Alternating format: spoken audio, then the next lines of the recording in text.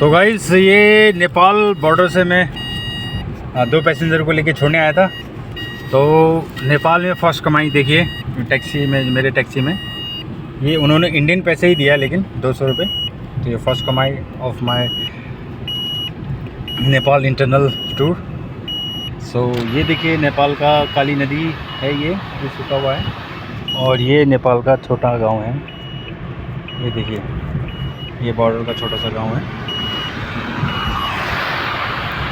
इसलिए अब यहाँ से अभी वापस भी जाना है, तो जल्दी से हम वापस चलते हैं, नहीं तो फिर बॉर्डर सील हो जाएगा। और बॉर्डर बंद हो गया तो फिर मुश्किल पड़ जाएगी।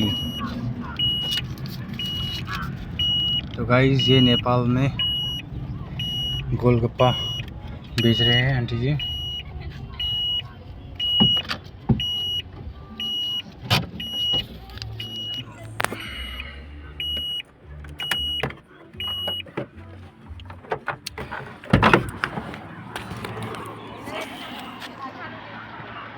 ल त यहाँ देहरादूनबाट नेपालबाट एन्ट्री भएको, अनि यहाँनिर मलाई फर्स्ट दुकान सुन्दर पश्चिमेली चुलो भेट्यो। अनि उहाँले के बेच्नु हुनुहुन्छ?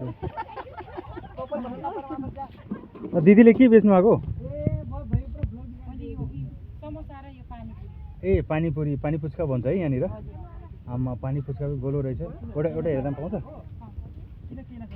यो हेरो गाउँलेहरू यहाँ गाइस यो ओहो सरी दी कतिको दिँदैछ?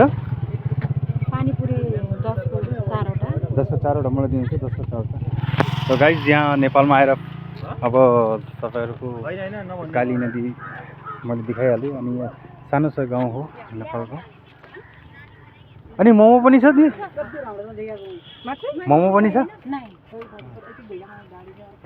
अब यहाँनिर हेरौँ पानी पुच्का, समोसा भन्नु है? समोसा पनि छ? कति हो? 20 को एउटा? त देखाउनुहोस् समोसा। लो यहाँको नेपालको समोसा हेर्नुहोस्, एउटा निकाल्दिनु न समोसा।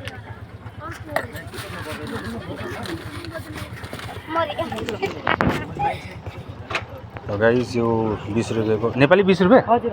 ए यो नेपाली 20 रुपियाँको समोसा हो। अनि पानी पुच्का दिइदिनु। 10 रुपियाँको 4वटा छ यहाँनिर, नेपाली 10 रुपियाँको 4वटा। र दिदीले यो कार्ड लगाउनु भएको छ। र गाइस यो बर्डरको छेउमा छ, आउनु होला तपाईँहरू। फेरि ल भेटौँला नेक्स्ट भिडियोमा। यहाँ सानो ब्लग थियो मेरो नेपालकोपट्टि।